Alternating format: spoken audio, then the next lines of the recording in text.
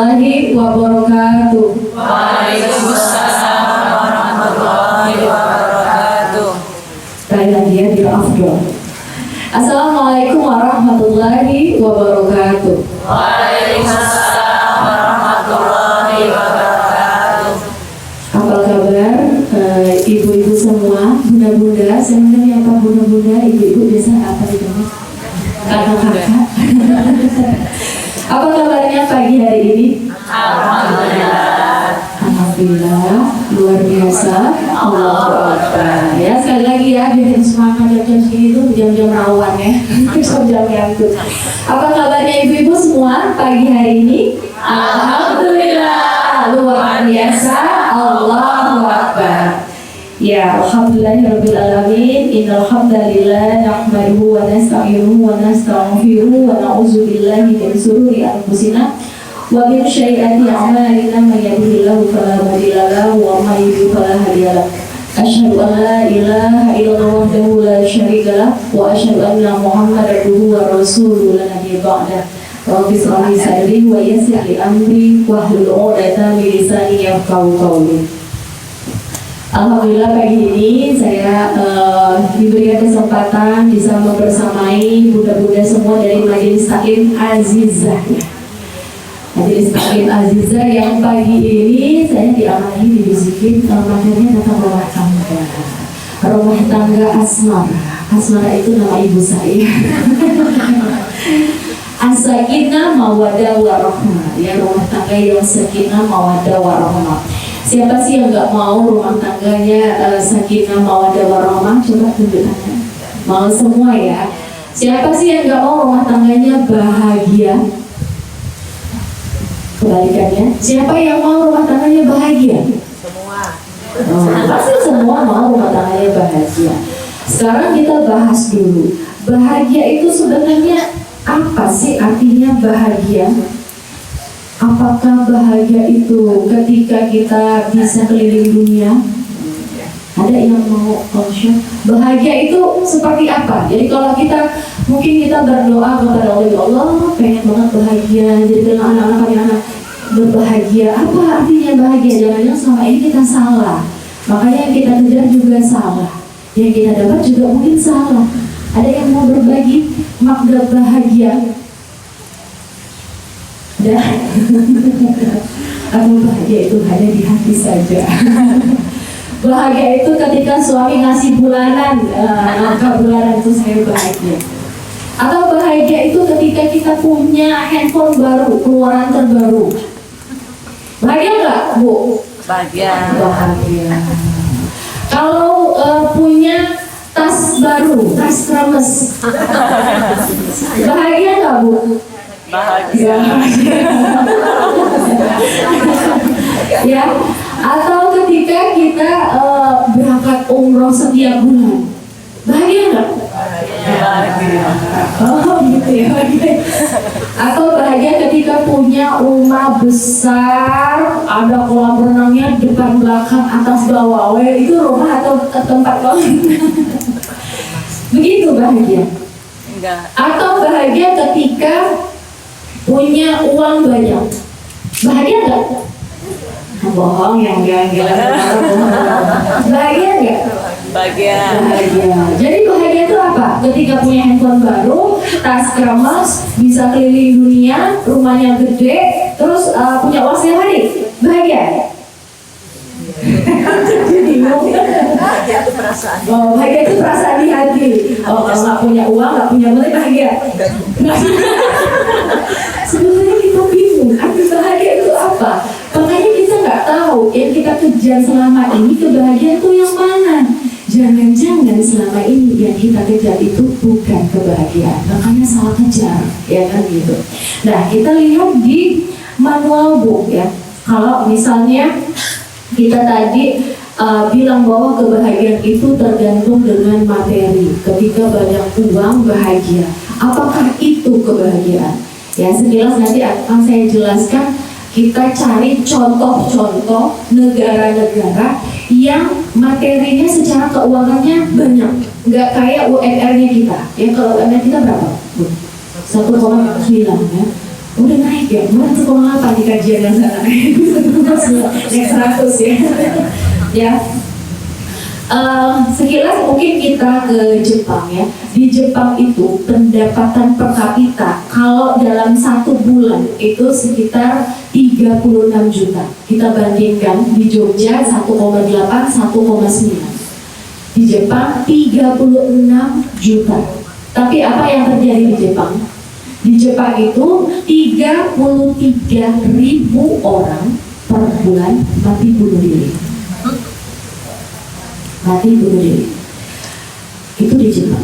Lalu di Korea itu hampir sama. 1 bulan pendapatan per kapitanya sekitar 32 juta. Tapi apa yang terjadi di Korea? Di Korea itu banyak ataupun hampir semuanya orang tuh sukanya operasi plastik.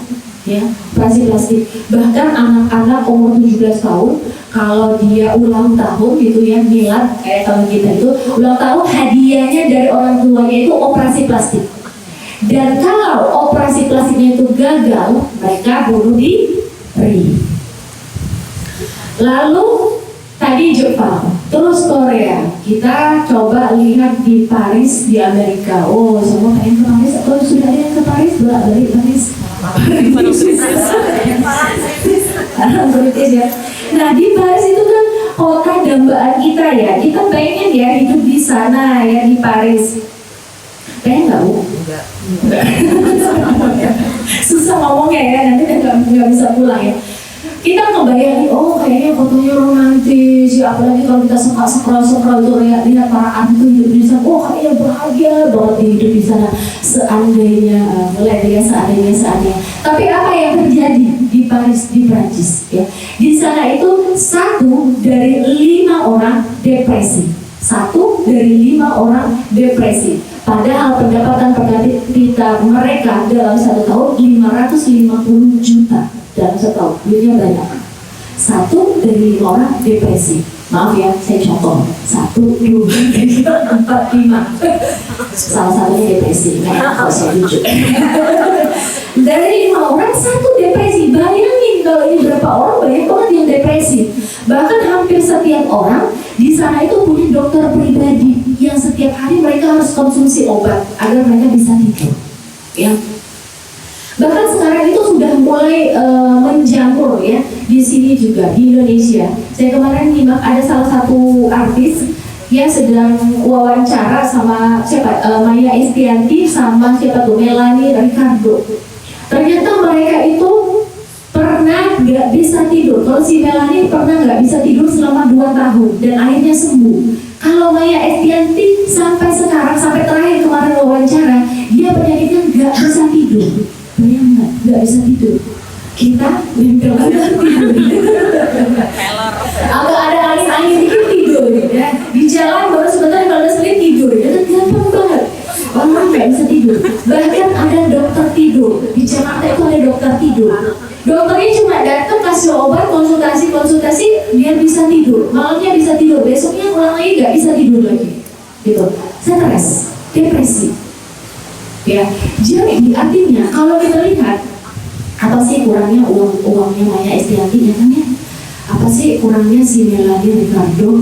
Apa sih kurangnya uang orang yang di tadi ya di Prancis sampai 500 jutaan, sampai di Korea, di Jepang, jauh banget sama di Indonesia yang 1,8. Itu aja 1,8 tuh sebenarnya terima cuma kalau kita terima cuma bayarin listrik lewat kok.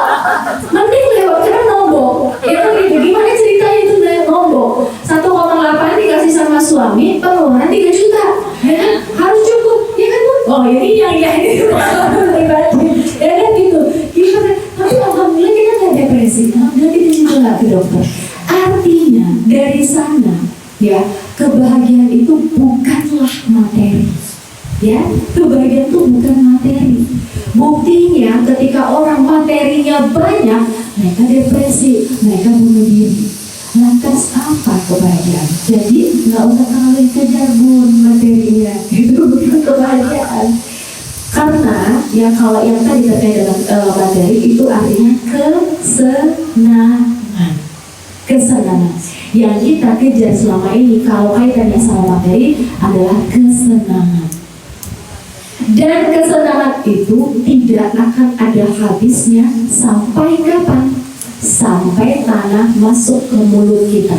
Artinya sampai kita dikubur, tanah masuk ke mulut, baru selesai.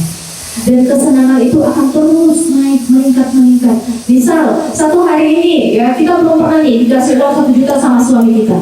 Terus, suatu hari, dia kasih 1 juta, oh nggak apa-apa lah buat bunda, pokoknya habisin, gitu ya.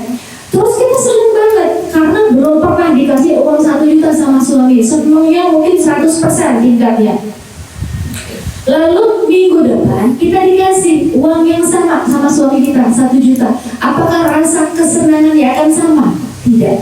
Rasa kebahagiaannya nggak akan sama. Senangnya nggak akan sama seperti yang pertama kali. Lalu misalnya 2 minggu lagi dikasih lagi uang 1 juta, udah biasa aja.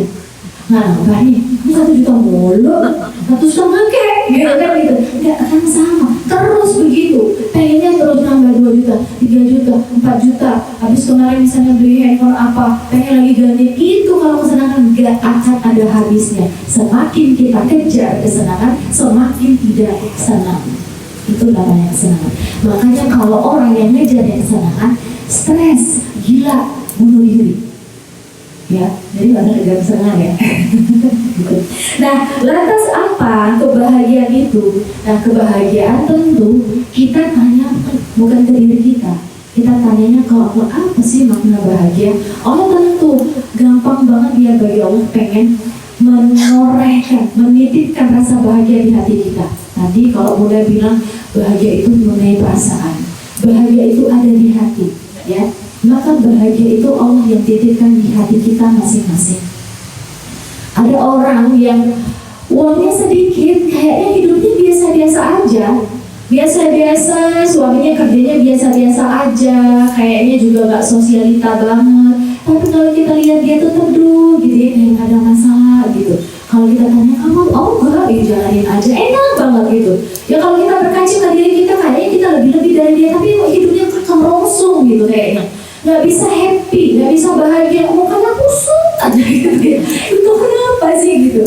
Nah, kalau kita mau lihat ya di manual book, Allah katakan di dalam surat Al-Ahqaf ya, setiap manusia yang bertakwa, setiap manusia yang bertakwa, arti takwa itu apa sih? Arti takwa itu adalah ketika kita menjalankan semua perintahnya Allah, menjauhi larangan Allah, itu artinya takwa. Apa perintahnya Allah? Allah katakan kita berbuat aurat, kita jalankan, lalu kita menjauhi larangan Allah. Maka takwa itu kita menjalankan semua perintahnya Allah, menjauhi semua larangan Allah. Allah janji apa? Kalau kita jalankan semua perintahnya Allah, menjauhi larangan, maka Allah Subhanahu wa Ta'ala tidak akan membiarkan kita bersedih hati. Lawan kata bersedih hati apa? Bahagia. Gak akan ada rasa untuk mikir aja gitu ya. Kemarin ada di majelis hari Kamis saya isi, itu nangis, curhat, karena katanya temannya dia, sahabatnya dia merasa dikhianati sama sahabatnya gitu. Jadi perbuatan orang lain ya, yang itu kita tahu itu maksiat, membuat kita tuh sedih banget rasanya, khawatir, nggak bisa tidur, ya saya nggak ngerang, saya nggak ini kok dia tega melakukan itu sama saya, sehingga sangat tersiksa hatinya 2 tahun, nggak bisa bahagia. Coba. Tapi kalau Allah katakan kita nurut perintahnya Allah, nggak akan biarkan kita bersedih hati, nggak akan biarkan kita khawatir. Masa sih kita nggak sedih hati, masa sih kita nggak khawatir? Nah, itu janjinya Allah. Apalagi janjinya Allah ketika kita bertakwa kepada Allah, kita menjalankan perintahnya Allah, Allah akan urus semua urusan kita, urus semua urusan kita. Coba kalau kita punya backing apa decking ya. Coba kalau kita punya misalnya saudara kita pengusaha atau saudara kita pejabat tinggi, oh rasanya tuh aku punya pejabat tinggi. Ada satu kisah ya, seorang ulama. Jadi seorang ulama ini sedang landing di Indonesia. Ketika dia landing, terus lama belum dijemput-jemput, lalu beliau keluar. Ketika keluar, beliau tuh melihat ada seorang laki-laki berbadan kecil, cungkring, berbadan kecil dan cungkring, pakai tato, kecil sebenarnya pakai tato, sedang nunjukin laki-laki sebaliknya, berbadan besar, ya besar gitu, berotot gitu, pakai tato juga. Di belakang laki-laki berbadan besar tuh banyak ini anak buahnya. Laki-laki cungkring ini cuma sendirian.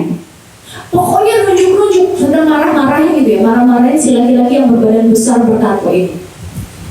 Lalu ulama ini penasaran, ketika dijemput dia tanya sama yang jemput, itu yang badan cungkring yang kecil itu siapa?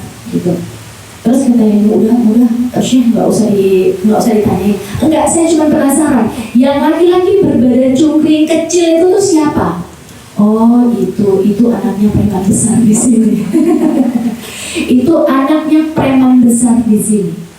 Laki-laki berbadan cungkring itu berani nunjukin orang berbadan besar pakai tato, di belakangnya ada anak buahnya dia sendiri, dia berani nunjuk karena dia yakin bapak gue preman besar, ya dia punya backing nih, bapakku preman besar. Bagaimana kita ketika kita punya backingnya Allah Subhanahu Wa Taala? Maka harusnya kita tuh nggak takut, maka harusnya kita itu nggak khawatir. Setiap kehidupan itu pasti, jadi dunia ini sampai dikatakan itu seperti ruang ujian. Jadi nggak mungkin kita itu nggak diuji. Bagi yang menikah pasti diuji dengan pernikahan. Ada aja. Belum selesai masalah yang kemarin, ada lagi masalah baru. Belum selesai masalah yang kemarin, yang 2 masalah kemarin ada lagi masalah baru. Jadi kebetulan saya menuliskan buku tentang pernikahan. Di sini tuh saya tulis ada 15 kasus pernikahan dan solusi rumah tangga. Ini masalah yang sering ditanyakan. Sampai-sampai saya buat di sini itu ya, ada 2 daftar isi tentang suami selingkuh. Sampai saya buat 2 bab karena ini pertanyaan yang sering banget terjadi. Pertanyaannya apa? Suami saya selingkuh, terus besoknya selingkuh lagi, dan saya merasa trauma, saya luka. Oh, luka batin pernikahan. Akibatnya saya sering mukul anak saya. Akibatnya saya sering marahin anak saya. Karena apa? Saya merasa tidak bahagia. Itu kalau kebahagiaan kita taruh ke orang, kalau kebahagiaan kita taruh ke benda. Padahal Allah katakan, kamu pasti tidak akan khawatir ketika kamu nurut semua perintahku. Nurut apa perintahnya Allah? Jadi tidak akan, mau kita ujiannya apa? Iya, kita akan merasa sedih, wajar. Gimana ada nih si orang yang punya ujian gak sedih, gak marah, wajar. Tapi sedihnya tuh yang gak merusak, gak bikin stres gitu ya, sedih aja. Rasulullah sedih, Rasulullah marah kok. Marah boleh, tapi marah yang bukan merusak. Itu kalau orang-orang yang berilmu ya. Nah maka kalau kita katakan kita mau mengikuti semua perintahnya Allah, kita masuk ke materi rumah tangga sakinah mawaddah warahmah. Bagaimana sih kita menjalankan rumah tangga agar rumah tangga itu bahagia? Balik lagi tadi ke manual book, kita menjalankan sesuai dengan perintahnya Allah.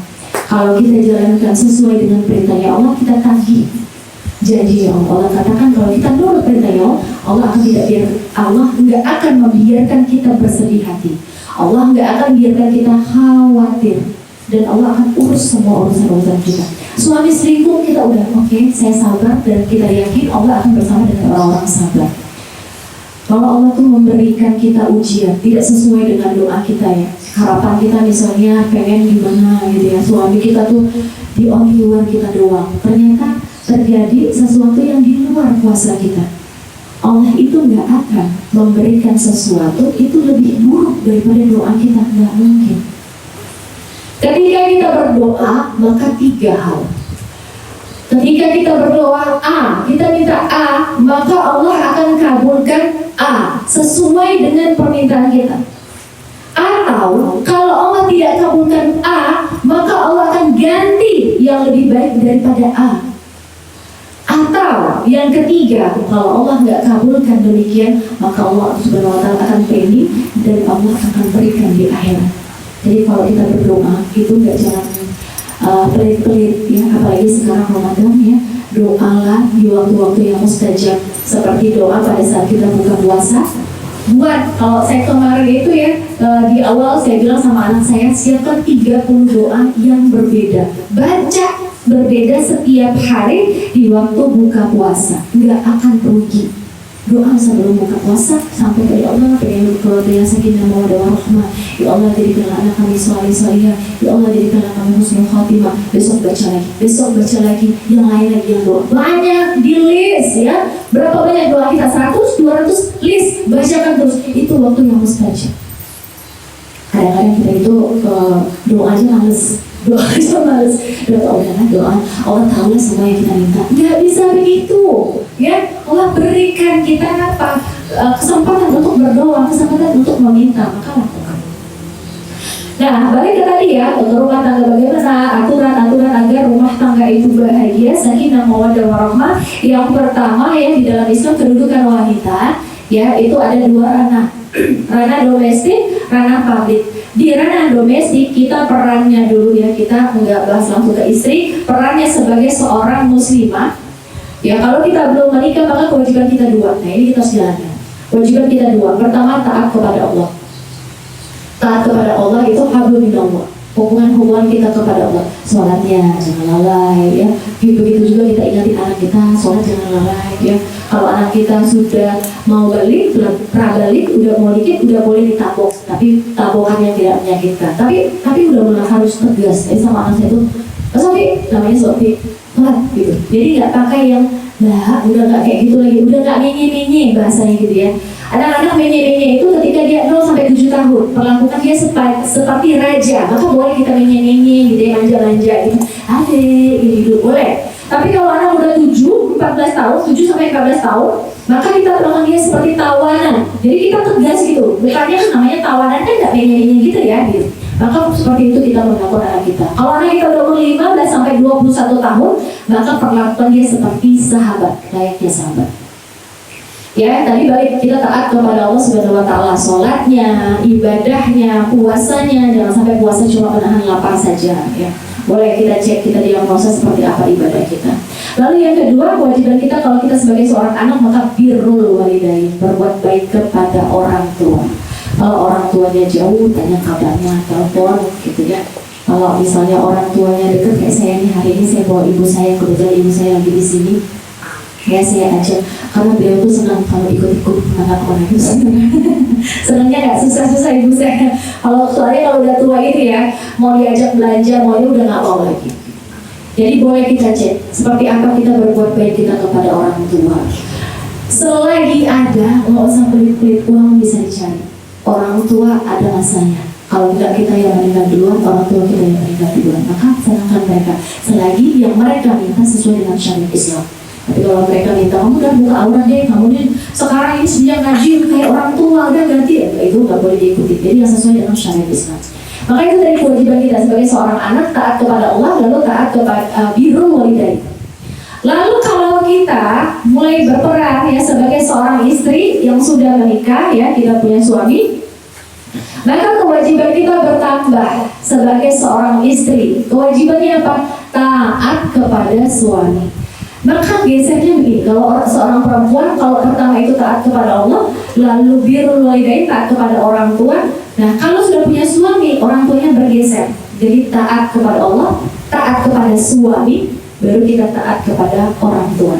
Jadi kalau misalnya kita disuruh memilih di jam yang sama ya, orang tua kita minta suruh beli nasi goreng, suami kita minta disuruh beli bakso di jam yang sama, cuma kita bisa lakukan pilih salah satu, maka kita ikuti yang suami. Taat kepada suami. Sampai-sampai dikatakan dalam satu riwayat hadis, ya kita itu hampir-hampir disuruh sujud. Ya apabila aku diperbolehkan, manusia diperbolehkan sujud dengan manusia yang lain, maka perempuan itu hampir-hampir disuruh sujud dengan suaminya. Hampir-hampir kita disuruh sujud. Tadi siapa yang berangkat ke sini salim sama suaminya? 1, 2, 3, 4, 5, 6, yang lain enggak? Yang lain enggak lupa? Atau yang lain yang udah sampai sini baru WhatsApp? Apa tadi lupa? Soalnya aku di kamar mandi, aku udah sampai kayak Aziza gitu kan. Lupa untuk izin, lupa untuk salim gitu ya. Kalau nggak salim nggak apa-apa, karena ada yang kebiasaan nggak salim ya, kayaknya aneh gitu. Tapi izin nggak gitu. Coba bayangkan kalau kita disuruh sujud sebelum pergi keluar rumah, disuruh sujud dulu. Mau pergi sujud, mau baru pulang sujud, coba fix kita masuk neraka semua. kan susah. Ya itu betul ketaatan, makanya nggak jadi. Nggak jadi. Salim aja kadang lupa. Kadang-kadang, ini nggak ketahu orangnya di mana, ada suaranya doang. Kedengarannya nggak jelas gitu. Tiba-tiba pergi, kata saya. Pergi ke mana tadi Bu? Lah kan aku udah nggak dengar kamu ngomong apa. Gitu. Karena ya pamitnya begitu, nggak face to face gitu ya. Jadi itu sampai-sampai dikatakan kita tuh hampir-hampir disuruh sujud. Artinya butuh ketaatan kita sama suami itu. Lalu apabila seorang wanita, seorang istri, dia meninggal dan dia mendapat ridho suaminya, maka dia bisa masuk pintu surga dari mana yang dia mau. Ini bicara tentang keridhoan suami ketika kita meninggal. Itu nggak bisa ujuk-ujuk ya Bu, nggak bisa ujuk-ujuk, nggak bisa tiba-tiba kita meninggal suami kita ridho terus dia doain, itu nggak bisa. Saya bilang sama suami saya, dan seingat saya bilangnya 3 kali sampai suami saya, mau apa sih kamu tuh ngomong gitu terus gitu, kayak mau mati aja lah. Iya kan semua orang mau mati. Saya bilang gini, Pak, kalau saya meninggal duluan, tolong besoknya malamnya kamu menangis, kamu doa sama Allah dan kamu bilang sama Allah, ya Allah saya saksikan bahwa istri saya istri yang salihah dan masukkanlah dia ke dalam surga. Tolong kamu bilang begitu. Besoknya kamu nikah lagi, nggak apa-apa. Ya nggak apa-apa, kan kita udah meninggal, ngapain kita pikir-pikir ya kan, terserah dia lah, dia mau nikah lagi besoknya kayak malamnya kayak ya terserah gitu. Yang penting dia doain kita, karena sesuai dengan hadis itu. Apabila seorang suami ridho ketika istrinya meninggal, maka masuk surga kita. Kita nggak akan mikirin dia lagi, ngapain kita lihat kayak film-film gitu. Kita melihat dia dari kejauhan, kita seperti setan ataupun cenayang gitu, kan nggak mungkin. Bilang aja begitu. Gitu ya, pertama kan saya bilang gitu, sampai saya bilang, oh iya, Masya Allah, gitu ya dia bilang.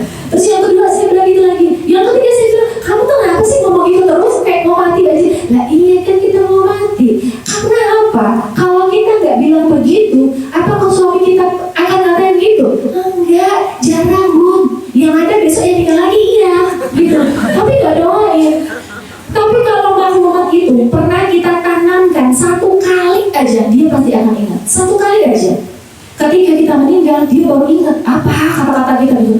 Oh iya, dulu Bunda pernah ngomong, kalau meninggal tolong doakan aku, saksikan aku, sampaikan kepada Allah, ya Allah saya bersaksi bahwa istri saya adalah istri yang saleh, masukkanlah dia ke dalam syurga. Pasti dia doa sambil nangis, walaupun besok dia nikah lagi.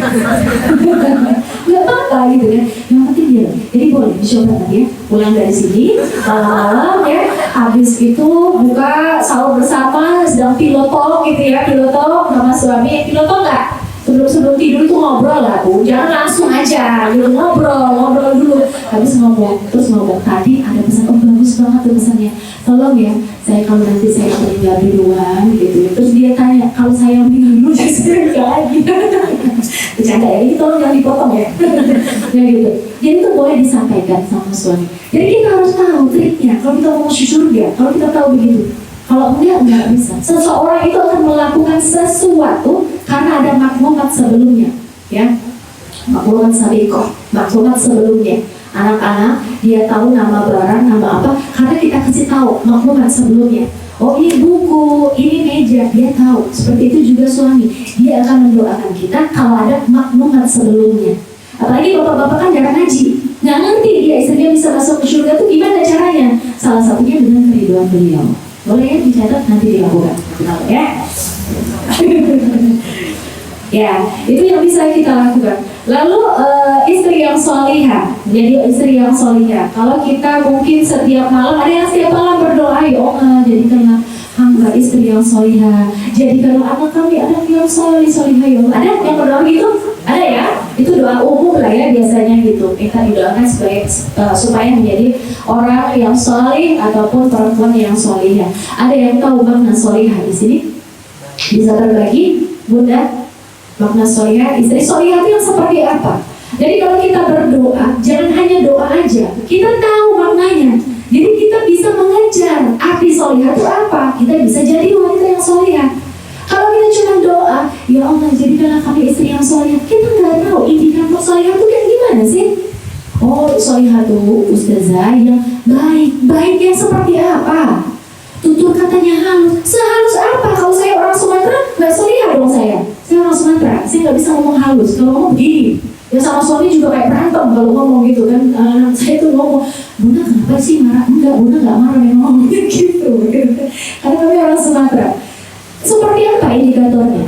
Dalam hadis riwayat Daud, ya Abu Daud dikatakan, apabila aku diberikan perbendaharaan seorang perempuan yang solihah, apa tuh artinya perempuan solihah? 3. Perempuan yang solihah itu artinya yang pertama, apabila dia dipandang dia menyenangkan. Apabila dipandang suami, ya bukan dipandang orang lain. Apabila dipandang suami, ia menyenangkan. Nah, kita bahas satu-satu. Dipandang suami menyenangkan, baik fisik maupun karakter kita. Karakternya harus menyenangkan, fisiknya juga menyenangkan.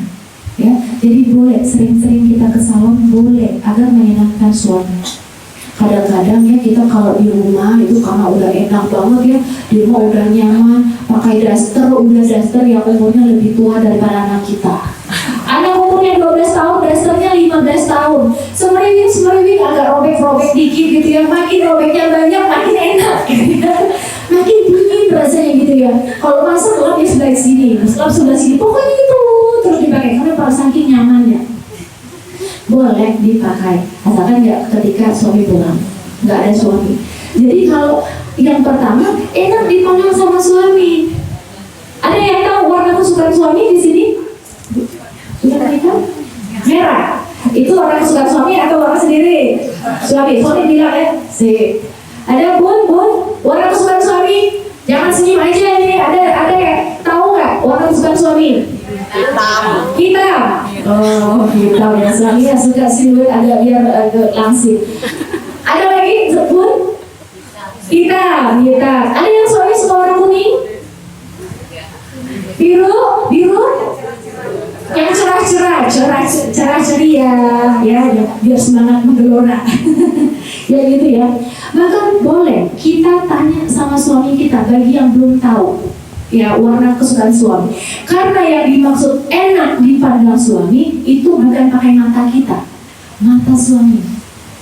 Jadi tanya. Karena saya dulu pengalaman, ya saya orang Sumatera, saya itu sukanya pakai warna-warna ngejreng karena kami itu orang Sumatera. Ada yang orang Sumatera nggak sih? Nah, iya kan tuh ya. Sukanya warnanya itu kalau merah banget gitu ya. Kalau warna hijau banget. Ya nggak ada yang warnanya itu yang apa sih bahasanya kalem-kalem gitu ya. Kalau pakai perhiasan orang Sumatera itu kalau punya 10% dari sini ke sini. Kalau ini kayak orang India. Itu orang Sumatera. Ya gitu, karena kalau nggak 12 pas itu nggak oke gitu. Jadi awalnya itu saya pakainya begitu, karena saya merasa ketika saya pakai gitu, saya udah cantik banget lah, nggak ada yang lain gitu ya. Saya rasanya begitu, karena menurut saya cantik ketika saya pakai baju yang warna itu gitu. Kebetulan suami saya orang Jawa, ya. Sampai ketika saya tahu ilmu ini, terus saya tanya sama suami saya, Pak, warna kesukaan kamu tuh apa? Terus suami saya bilang, udah pakai apa aja bagus kok. Cari aman ya kan, biar bisa tidur di kamar gitu. Terus saya tanya lagi, apa sih warna kesukaan? Kan harus pakai matanya dia gitu. Enggak, apa aja bagus. Akhirnya suatu hari saya ajak ke mall. Ketika saya ke mall, ke toko beli pakaian dalam gitu ya, saya bilang sama suami saya, coba deh papa aja yang pilih 2 berdasarkan kesukaan, warna kesukaan. Suami saya pilih, saya sukanya merah gitu ya. Terus saya juga punya warna fuchsia, ya kan? Itu kan warnanya juga ini ya, warnanya juga berat gitu. Terus ketika suami saya pilih apa ya warna-warna yang dipilih sama suami saya, nggak ada warna kesukaan saya. Ternyata suami saya sukanya warna pastel, pink yang hampir nggak kelihatan warnanya ya kayak ini ya, saya pakai begini ya. Ini kan demi suami saya pakai dulu. Akhirnya saya baru tahu bahwa suami saya itu sukanya warna pastel. Akhirnya semenjak hari itu saya mengganti semua baju-baju saya, baju dinas saya, baju pergi-pergi saya dengan warna pastel agar suami saya suka, walaupun saya kurang suka. Karena apa? Enak dipandang suami. Kita mau jadi yang solihah, jadi boleh nanti yang belum tahu warna kesukaan suami, yang selama ini cuma nebak-nebak, dikira suami suka, boleh tanya. Kalau suami malu-malu kucing, jawab ya, ajak dia ke toko, suruh dia pilih sendiri, suruh sekalian dia bayar, ya jangan kita bayar. Jangan kita aja beli bisnis, bayar gitu kan, sering dia yang ngomong. Maka itu ya, enak dipandang suami. Lalu yang kedua tadi enak dipandang secara fisik juga secara pembawaan, ya, secara karakter. Jadi suami itu Bu ya, kalau pulang dari kantor, pulang dari kerja, ya biasanya cemberut. Dia bukan cemberut sih, diam, nggak banyak ngomong gitu, iya nggak sih? Iya nggak? Balik kantor ya dengan suaranya yang Assalamualaikum, tidur. Terus duduk dulu sebentar, sekal dulu, kalau nggak dia langsung masuk. Ya kalau nggak dia rebahan dulu, nggak ada yang dia tuh kayak kita gitu ya. Kalau kita pulang gitu, apalagi saya punya bayi umur 2,5 tahun gitu. Kalau bilang, hai, assalamualaikum, Abi, tadi main apa? Iya, itu perempuan. Itu perempuan. Kalau laki-laki jangan diharap begitu. Jadi ada yang cuma sama saya tuh kenapa ya suami saya itu dingin kalau dia setiap pulang kantor. Apakah kalau di kantor tuh dia bertemu dengan wanita-wanita cantik sehingga ketika ketemu saya dia tuh empat yang lihat saya, kenapa ya Ustazah begitu ya? Itu wajar, itu laki-laki, suami begitu, laki-laki memang begitu. Kalau suami tiba-tiba dia pulang sampai di rumah, hai bunda, apa kabar? Ini ngapain aja, itu nggak mungkin, ya. Itu kita butuh curiga, jangan-jangan suami kita bukan laki-laki. Jadi wajar kalau punya suami begitu. Kita tetap senyum gitu. Oh, ini suamiku sedang, kalau berasa di dalam satu buku, laki-laki itu sedang di dalam goa. Dia sedang mengkondisikan diri. Ada yang butuh 15 menit, kalau suami saya butuh 30 menit. Lama. Dia mandi dulu, makan dulu, nanti saya dorong anak saya, suruh diajak dia ngobrol, dia udah ketawa-tawa, baru saya yang ngajak ngobrol. Kalau saya dulu dia gitu doang, nggak jawab, kayak musuhan gitu ya. Kayaknya nggak seneng lihat saya gitu. Setelah saya tahu ilmunya, oh begitu suami saya ini laki-laki. Emang suami saya nggak banyak ngomong gitu. Udah nggak banyak ngomong, pulang tuh kadang nggak salam. Ketika saya tanya itu kalau pulang tuh nggak salam kok katanya. Dia salam, emang kamu sengaja ngomong salamnya kan? Assalamualaikum, oh ya karena kita nggak dengar gitu kan gitu. Oh ya udah memang begitu namanya laki-laki. Jadi tetap kita harus senyum. Kalau udah makan, walaupun dia jawabnya mau makan, nanti aja deh gitu kan, kayak ada masalah gitu. Tiap hari pulang kayaknya bermasalah tuh. Kalau kita nggak ngerti ilmunya, wah bisa stres. Suami saya itu dingin. Nah itu saya punya di dalam buku ini bahas yang satu, suami dingin katanya. Suami saya itu dingin, pulang-pulang tuh nggak ada nyapa, nggak ada apa. Kadang-kadang bahkan dia tuh udah ngobrol sama anaknya, nyapa anaknya, sama saya itu enggak. Kayak saya itu pembantu gitu loh. Dia stres karena dia nggak ngerti dia orang laki-laki itu begitu. Ya jadi kalau laki-lakinya diajak ngobrol sama suami itu nggak enak ngobrol, enaknya sama bestie, sama ibu-ibu teman. Sama suami itu ngobrol dia bisa main handphone. Memang begitu laki-laki. Dia nggak mungkin tuh. Gimana bu? Hah? Gimana? Itu gimana? Nggak mungkin. Kalau laki-laki suami kita begitu duduk merapat tuh natap muka kita itu kita butuh curiga. Mungkin dia agak kelainan. Jadi wajar kalau laki-laki kita cool sambil pegang handphone. Terus gimana? Oh gitu.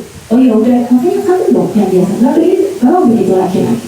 Ya jadi kalau mau direspon lebih lagi, diresponnya lebih lebay ya memang sama wanita. Kalau ngobrol ya kan gitu, sambil ditata pandang handphone dia taruh di bawah itu wanita. Maka kalau kita punya suami begitu, tetap harus kita layani, tetap harus kita tawarkan. Nah begitu syarat yang pertama menjadi seorang istri yang salihah, enak dipandang, enak juga pembawaannya, karakternya tetap tersenyum, nawarin makan apa kebutuhan, walaupun kita di sepak bahasa gitu ya, walaupun dijawabnya tidak menyenangkan di awal-awal.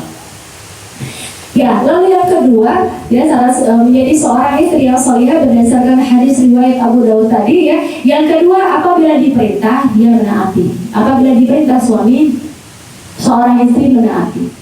Ya bahas masalah menaati ini emang susah ya. Gitu. Makanya perempuan itu kebanyakan itu isinya di neraka karena susah menaati. Taat itu biasanya di bulan-bulan muda. Di bulan-bulan kalau nafkahnya lancar. Kalau enggak tuh mulai kita susah.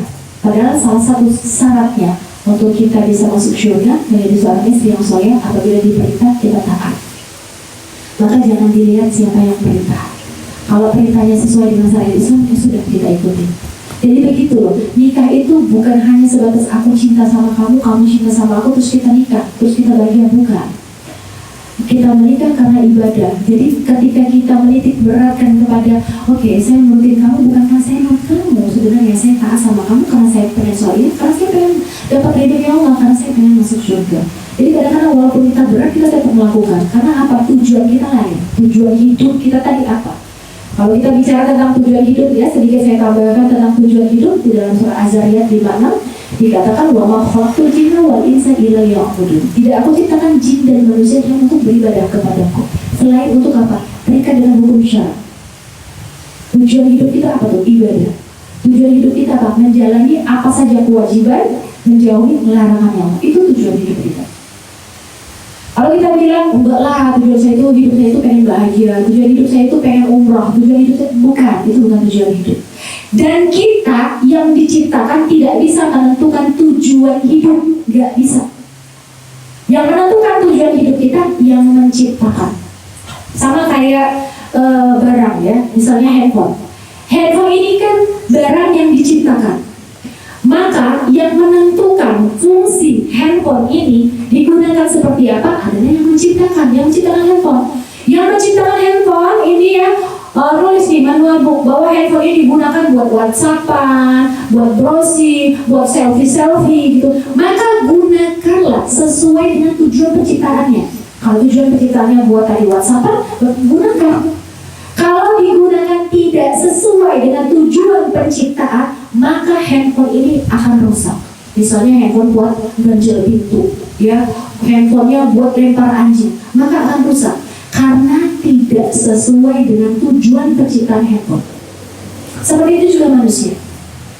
Manusia diciptakan oleh Allah Subhanahu wa Ta'ala. Tadi tujuan penciptanya dalam surah Az-Zariyat 56.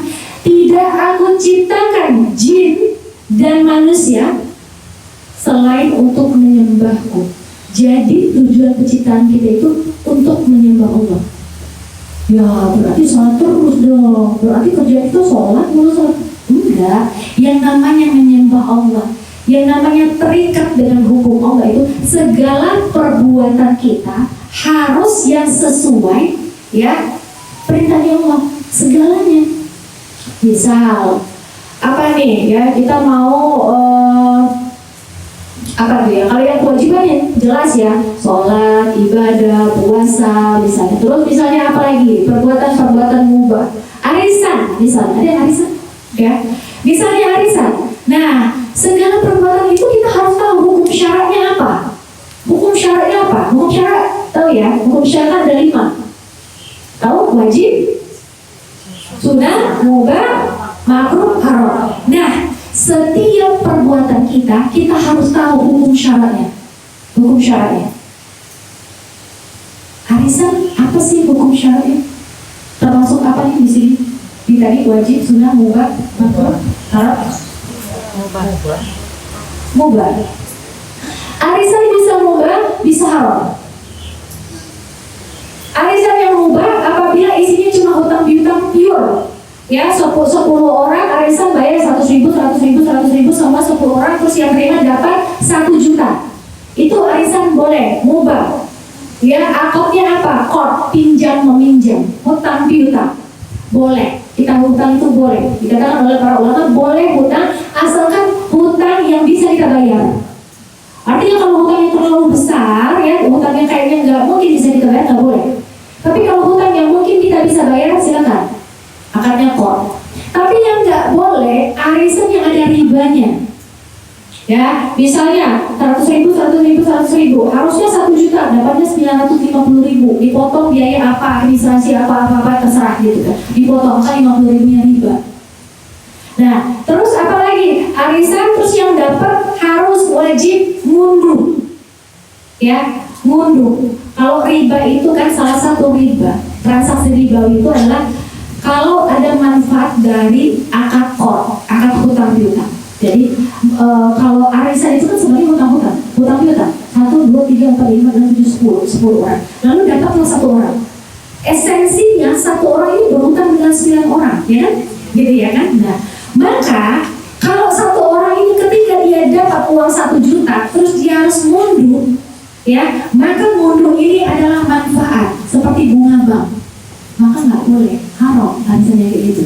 Nah, maka kita harus tahu, oh ini mau arisan. Jadi kalau harusnya kalau ini harus ngerti semua perbuatan kita harus tahu hukum syaratnya apa. Karena kalau kita nggak tahu semua amalan, bahkan amalan baik pun kalau kita nggak tahu hukumnya, kita nggak dapat pahala. Jadi jangan sembarangan ikut-ikut arisan, kita harus tahu. Kita harus terikat dengan hukum syarat. Jangan sampai kita melakukan tadi malah kita dilaknat oleh Allah Subhanahu wa Ta'ala. Ya itu ya, kok sampai ke arisan ya tadi ngomongnya. Jadi balik tadi ya, bahwa kita harus taat kepada suami kita, ya, taat kepada semua yang diperintahkan selagi itu sesuai dengan syariat Islam. Lalu yang ketiga, syarat istri yang sholihah adalah apabila suaminya pergi, maka kita bisa menjaga diri kita, harta kita, anak kita. Diri, harta, anak kita. Ya, jangan sampai ketika suami pergi, kita menerima tamu, gak izin sama suami kita. Harus izin. Ketika kita keluar rumah, harus izin. Ya, ada suami yang izinnya dia pengen pokoknya setiap kamu keluar rumah, maka itu kesepakatan ya, masing-masing kesepakatan. Boleh kita izin. Jangan nggak ada kesepakatan, jangan nggak ada akad, nanti nggak jelas. Makanya di yaumul hisab, orang-orang yang bersengketa yang paling banyak adalah suami istri, karena nggak jelas. Uang yang pinjam dulu ya, pinjam, mungkin maksudnya balikin. Kalau dia maksudnya catat gitu. Jadi karena omongan-omongan gitu, uangmu, uangku, uangku, uangku sendiri gitu ya. Itu salah juga sebenarnya. Maka kita nanti akan bersengketa. Maka kalau suami kita pergi, kita harus izin. Ada dua jenis izin. Ada izin yang suami yang minta setiap kamu satu langkah keluar rumah, kamu harus izin, maka lakukan. Kalau saya izinnya, saya sudah negosiasi sama suami saya. Saya izin untuk hal-hal yang di luar rutinitas. Kalau rutinitas misalnya ke pasar, ke Indomaret, ngantar anak, atau jadwal-jadwal saya ngisi kajian yang rutin, saya nggak izin lagi keluar rumah. Kalau misalnya suami saya nggak di rumah ketika saya pergi, saya nggak izin lagi. Tapi kalau untuk jadwal yang baru, misalnya ada jadwal baru saya harus keluar kota dan itu bukan jadwal rutin, saya baru izin. Gitu. Jadi silakan. Mau izin tadi dua, ada yang suami yang pengen pokoknya setiap satu rumah kamu harus melangkah satu langkah keluar rumah, kamu harus izin, maka izin. Sebelum suami izin, belum keluar rumah. Kadang-kadang kita tuh nggak izin, ngomong udah sampai tempat baru ngomong, itu bukan izin namanya. Izin tuh minta izin sebelum langkah, sebelum lakukan, sebelum pergi, itu namanya minta izin. Atau izinnya malam misalnya, besok aku kesini, pokoknya balik jam 4 gitu, itu boleh. Atau besoknya aku keluar, aku nggak tahu sih kemana-mana aja, soalnya aku mau pergi sama temanku gitu. Atau gimana? Tapi izin sampai suami berkata iya. Tuh, kalau kita mau jadi seorang istri yang sholihah. Lalu kita bisa juga menjaga harta suami kita, ya. Nafkah, ya. Nafkah itu bisa kita belanjakan sesuai dengan akad nafkah, ya. Kalau nafkah itu apa yang diberikan sama suami. Jadi kalau tadi saya bilang bahwa harta suami, harta kita sendiri salah, ya. Jadi dalam Islam harta itu milik masing-masing, hak masing-masing. Suami punya harta, itu harta dia. Kita punya harta kita. Misalnya harta kita kerja, kita dapat harta waris, kita dapat hibah, itu harta kita. Maka harta kita boleh kita gunakan apa aja, untuk apa aja tanpa izin suami, boleh ya. Tapi kalau misalnya suaminya minta kamu apa-apa izin komunikasi, itu tambahan. Tapi artinya nggak berdosa kalau untuk harta kita sendiri. Lalu suami punya gaji, ya diwaris, punya hibah segala macam, itu harta suami. Maka boleh suami apakan saja tanpa izin kita. Nggak usah baper. Suami saya tuh cuma ngasih ibunya, dia tuh gak pernah izin sama saya tersinggung. Ngapain tersinggung? Dia pakai uang siapa? Pakai uang ibu? Enggak, pakai uang dia sendiri ya. Pakai ngambil uang nafkah? Enggak, pakai uang. Ngapain tersinggung itu dia? Kok? Ngapain tersinggung? Saya gak pengen juga. Nah itu tambahan kalau memang pengen ada komunikasi. Silakan, tapi berdosa? Enggak. Nah, di bagian hartanya suami itu, dia punya kewajiban menafkahi. Jadi tidak semua harta suami harta kita. Tidak, bukan Esmeralda, salah ya. Jadi kalau misalnya suami punya harta, punya gaji dalam 1 bulan 10 juta misalnya gitu ya, maka 10 juta itu bukan harta kita, harta dia. Nah, dari 10 juta boleh kita akotkan ya. Ada akot nggak dulu waktu awal-awal nikah? Kalau saya akotnya nafkah itu saya perbarui setiap 2 tahun sekali karena harga cabai naik. Jadi dari 10 juta kita bilang sama suami kita kesepakatan, Pak, saya itu di nafkah berapa, harus jelas loh, karena ini nanti bakal sengketa toh, ya nanti pulang. Selain tadi ngomongin masalah mati, tadi masalah nafkah juga ya. Terus besok-besok, tolong kalau Ustazah Triana sih kamu gak usah ngaji. Kamu kayaknya kalau setiap pulang itu kamu agak sedikit radikal. Ya jadi mau tanya, nafkahnya berapa? Dan yang diangkotkan sebagai nafkah itu apa aja? Nafkah itu uang buat saya belajar sendiri ke salon atau uang bayar sekolah bapak, termasuk nafkah. Tapi mana hitungannya? Kita harus jelas. Maka kalau misalnya akad suami ini nafkah untuk kamu dan anak kita, maka nggak boleh kita kasih orang tua uang nafkah, padahal uang kita sendiri. Nggak boleh. Kalau kita mau kasih orang tua, kita harus izin sama suami. Ini uang nafkah yang kemarin masih sisa 1 juta, boleh nggak saya kasih ibu saya? Baru kita harus izin. Itu terkait dengan harta suami, jangan main-main. Ya kan aku kan bisa ngurus, kan aku itu hemat-hemat gitu loh, terus dapat kelebihannya mau aku tak beliin apa. Kalau tidak sesuai dengan akad ya suami, nggak boleh akadnya. Tapi kalau akad suami bilang, ini ya gaji saya 10 juta, saya kasih kamu 8 juta, terserah, pokoknya saya terima bersih, pokoknya kamu nggak minta lagi sampai tanggal 1. Ya, oke, kalau terserah, boleh silakan kita hemat-hemat, terus kita kasih apa, boleh silakan, asal kita nggak minta lagi. Tapi kalau suami bilang ini buat kamu dan anak-anak dan biaya rumah, listrik segala macam, kita kasih tidak sesuai akad, maka berdosa. Maka kita harus menjaga harta suami kita. Jadi kita harus diperjelas nafkah itu yang mana, jangan sampai salah. Kalau sisa tadi kan 10 juta, 8 juta dikasih kita, 2 jutanya harta suami, boleh suami apakan saja, ya. Kasih orang tuanya boleh, dia mau ditabung terus dia beli kendaraan sendiri tanpa izin kita, boleh. Artinya boleh, itu nggak berdosa, ya. Tapi kalau ada yang suka tersinggung, ya silakan itu tambah lagi. Aku tuh lebih enak kalau kamu mau belanjakan walaupun itu uangmu sendiri, tapi ngomong gitu loh, aku akan lebih enak. Nah, itu tambahan, artinya nggak berdosa kalau dia dapat itu, sebenarnya begitu ya. Maka 3 hal itu syarat kalau kita mau menjadi seorang istri yang solihah. Berarti yang pertama tadi apa? Apabila dipandang suami menyenangkan. Lalu yang kedua tadi, apabila diperintah taat kepada suami. Dan yang ketiga, apabila suami pergi, kita bisa menjaga diri kita, harta kita, dan anak kita. Ya, itu menjadi seorang istri yang solihah. Kalau kita bergeser kita menjadi seorang ibu, maka apa lagi kewajiban kita? Nambah lagi banyak. Bu, saya berapa menit lagi? Kalau enggak saya bisa sampai subuh. Mau masa rumah tangga ini panjang? Masih lama. Oke. Jadi kode ya. Kalau ini ya kasih 5 menit lagi gitu ya. Kalau enggak ini bisa kita pulang subuh. Atau nanti yang di rumah buka puasa sendiri.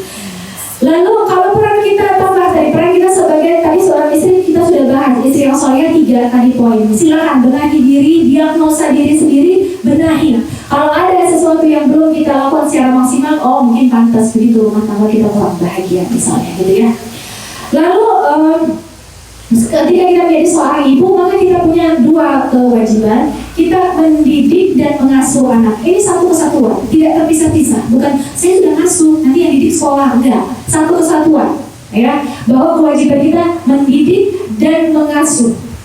Mengasuh dan mendidik. Mengasuh itu bukan ngasuh kita nari dia main agar dia nggak jatuh, bukan.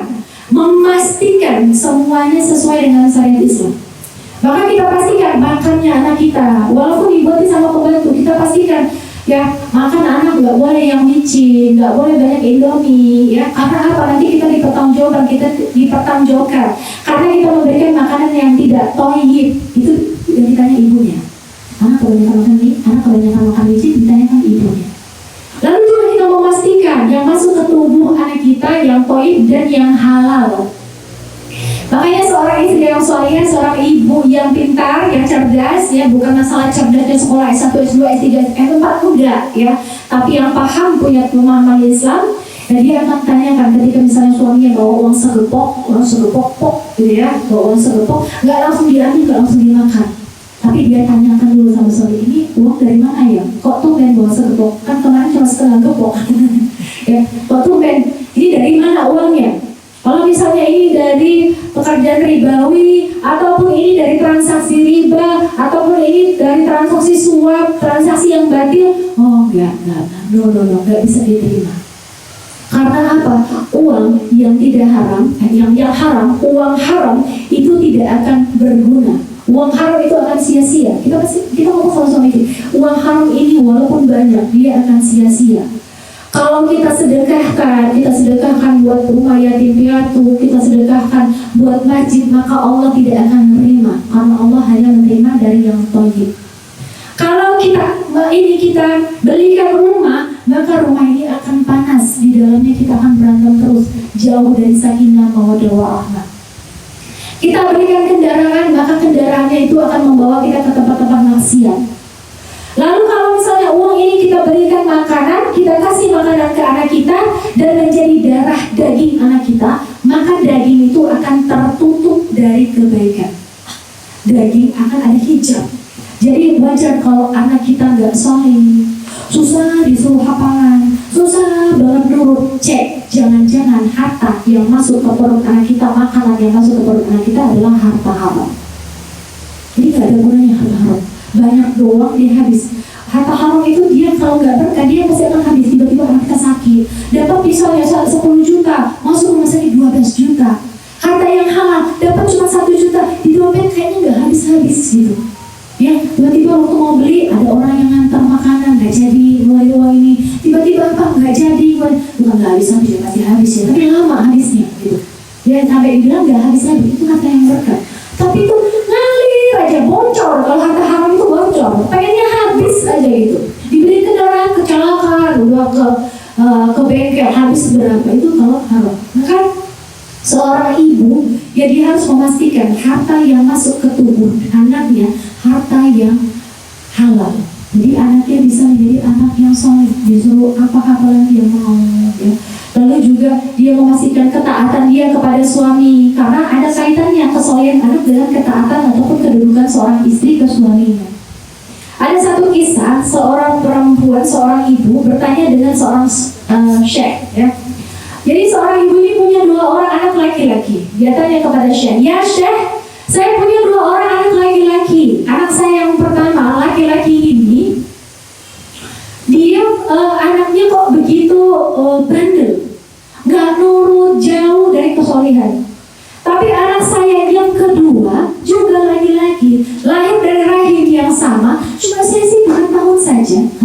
Tapi anak ini begitu soleh, nurut banget gitu, kurang air. Kenapa anak yang lahir sama-sama dari rahim saya yang sama, tapi berbeda karakter? Mengapa Syekh?" Lalu Syekh itu bertanya, "Bagaimana kedudukanmu kepada suamimu ketika kau mendapatkan 2 orang anak itu? Bagaimana perilaku kepada suamimu ketika kau mendapatkan anak-anak itu?" "Oh, ketika anak yang pertama saya belum ngerti agama, saya jauh dari taat. Ya, kami sering bertengkar, sholat juga nggak baik, saya nggak taat sama suami saya, nggak izin, nggak apa gitu, pokoknya nggak menyenangkan bagi suami. Ketika anak yang kedua lahir, saya sudah mengerti Islam, ya saya sama suami hubungannya baik, kami beribadah bersama, sholat tahajud bersama, lahirlah anak kami yang kedua." Lalu Syekh itu berkata, "Ya, aku tidak perlu menjelaskan kepadamu, kau tahu jawabannya." Ngerti ya? Jadi anak itu juga tergantung dengan ketaatan kita sama suami. Jadi kalau kita pengen apalagi yang lagi hamil, kita pengen anak kita soleh, kita taat sama suami. Sebenarnya bukan buat taat sama dia. Kalaupun misalnya saya tuh nggak mau taat sama suami saya, soalnya dia tuh nggak ibadah, soalnya dia selingkuh, saya tuh malas. Ya udah, jangan demi dia, demi kita, demi anak-anak kita, agar kita menjadi anak yang soleh. Itu juga tergantung ya. Kalau kita mau jadi anak kita soleh, banyak yang harus kita kerjakan. Lalu kita juga mendidik anak. Tadi kita mengasuh anak, kita mendidik anak. Mendidik anak itu ya Bun, itu tanggung jawab orang tua, tanggung jawab ibu. Makanya kita perankan sebagai madrasah ula, sebagai madrasah yang pertama, madrasah yang utama bagi anak kita. Jangan ketika kita udah merasa saya kan udah sekolah di SDIT, sekolah yang terbaik udah lah, pokoknya bagusnya saya lepas tangan. Nggak bisa. Yang ditanya pertanggung jawabannya tuh kita, ibunya. Maka kita harus memastikan sekolahnya kayak gimana. Di sekolah udah diajarin akidah, kalau enggak kita yang tambah. Kita yang nambahin. Makanya itulah Kita belajar ini bukan harus kita mau S1, S2, S3, enggak. Thalabul ilmi karena kita madrasah buat anak-anak kita. Anak kita bertanya terkait akidah, kita nggak ngerti. Anak perempuan kita tanya hukum haid, kita nggak ngerti. Teman kita tanya hukum haid, kita nggak tahu karena kita nggak belajar, nggak thalabul ilmi. Jadi kita harus belajar, harus paham agar kita bisa mendidik anak-anak kita. Selain itu juga ya kita mendidik anak, ya kita ngerti, kita belajar juga agar kita bisa menyayangi anak-anak kita. Ada kemarin yang tanya sama saya ya, dia punya anak umur 3 tahun, dia stres, dia bilang saya baby blues, kayaknya nggak sembuh-sembuh. Saya tuh kalau ketika mau menyusuin anak saya tuh saya merasa begitu tersiksa. Sampai-sampai kalau ditanya sama suami saya, kamu mau minta? Ya, minta saya itu nggak menyusui anak dan tidak memandikan anak, kata itu. Saking dia merasa melakukan itu tuh begitu berat, gitu. Mungkin ada yang merasakan ya, awal-awal ketika baru punya anak itu kayaknya agak-agak ya berat ya, begitu tersiksa rasanya. Saya dulu anak saya yang pertama itu saya sempat payudara saya bengkak, itu rasanya ada sakit banget. Rasanya gimana? Dia nano-nano ya rasanya gitu. Kalau kita paham ilmunya, maka kita nggak akan trauma, enggak. Saya bilang, kenapa nggak mau menyusui dia? Kenapa sih harus perempuan begitu? Katanya, menyusui itu kan sakit, nggak enak. Bisa nggak sih nggak menyusui? Karena kita nggak ngerti.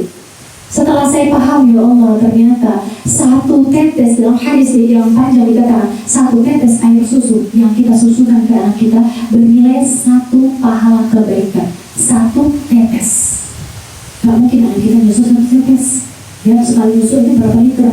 Sekali nyusu, 2 kali nyusu, 1 hari, 1 bulan, 1 tahun, 2 tahun, banyak banget kalau kita paham. Kita belum tentu loh dapat 1 pahala kebaikan itu belum tentu. Mungkin kita duduk sekarang pagi ini, siang ini di Majelis Salim ini belum tentu kita dapat pahala 1 kebaikan, belum tentu. Mungkin tadi ada yang berangkat niatnya belum lurus ya. Yang berangkat tadi mungkin ya macam-macam gitu, akhirnya nggak dapat pahala. Tapi kalau kita paham ketika kita menyusui anak kita, ya nggak apa-apa, nggak sakit rasanya baru pertama gitu. Tapi kita paham ini pahala 1 tetes, ini 1 pahala kebaikan, maka itu dihitung sebagai pahala kebaikan. Jadi gimana kita itu mau marah sama anak kita ketika kita harus malam begadang menyusui anak kita, kalau kita ini pahala nih. Lalu seorang ibu yang memandikan anaknya, menyisiri rambut anaknya, memberikan dia baju, anaknya memakaikan dia baju, maka pahala yang seperti seseorang perempuan yang berjihad dan sedang puasa. Banyak kan? Jihad aja berat, apalagi berjihad sedang puasa, pahalanya seperti itu. Makanya saya selalu bilang, saya punya anak 2,5 tahun, laki-laki, bayangkan 2,5 tahun, laki-laki lagi aktifnya. Itu kalau nyisirin anak udah gede kan gak masalah ya. Tapi anak kecil nyisirin anak bayi begitu ya, nyisirin itu jihad. Ngejar dia dulu, dia lari ke sana, lompat ke sana, naik lagi ke sana. Udah kita sisir, dia berontakin lagi, jihad kan? Jihad. Ya makanya saya langsung bilang, ya ini jihad, ini jihad. Makain baju dia itu jihad, iya jihad. Makanya ketika kita melakukan itu kita tahu pahalanya, iyalah. Tapi kita tahu pahalanya banyak. Jadi kita menjalaninya dia itu enak. Terus mendidik anak kita pastikan ya hafalan anak kita ya, yang memberikan maklumat pertama itu kita, bukan ustazahnya, bukan gurunya. Jadi kalau misalnya anak kita hafalan ya, di rumah hafalan, kita curi start untuk dia membaca dan mendengar kalimat itu pertama kali di kita. Misal ya, anak saya sekarang hafalannya Ali Imran, misalnya gitu. Saya tanya, kamu hafalan di sekolah terakhir ayat berapa? Ali Imran ayat 100. Maka kita curi start Ali Imran 101, 102, 103 duluan yang memperdengarkan kita. Karena kita yang nanti akan dapat amal jariah. Bukan ustazahnya, rugi. Kita kan yang lahirin, ya. Jadi kita. Jadi apalagi ayat-ayat pendek, Al-Fatihah, ayat kursi, ayat pendek, juz 30, harusnya pertama kali yang melapaskan dari anak kita dengar itu dari kita. Maka kita akan mendapat amal jariahnya panjang nanti. Jangan habis bisanya. Sudah habis. Yang lihat ini ada habis. Oh ada sesi tanya jawab. Oh mendadak ini ya. Oke baik.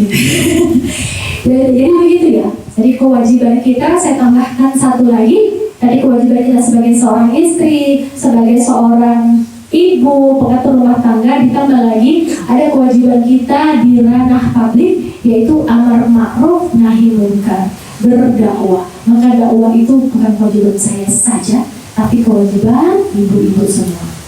Maka silakan kalau belum bisa dakwah, belum bisa ngomong di depan, belum tahu banyak hafalan segala macam, gak apa-apa. Satu ayat aja yang tadi, atau misalnya apa ini potongan, terus di-share setiap hari, harus digugurkan kewajiban di-share. Maka itu sudah gugurkan kewajiban dakwah kita, karena itu kewajiban. Sama seperti sholat, kalau tidak kita jalankan maka kita berdosa. Maka insya Allah ketika kita menjalankan tadi kewajiban-kewajiban yang saya baru sampaikan tadi ya, walaupun itu baru sekelumit kewajibannya, maka insya Allah kalau kita jalankan di dalam rumah tangga, insya Allah sesuai dengan janji Allah, Allah akan memberikan sakinah, mawadah, warahmah di dalam rumah tangga kita. Ya, sekian itu materi dari saya akhiri. Assalamualaikum warahmatullahi wabarakatuh.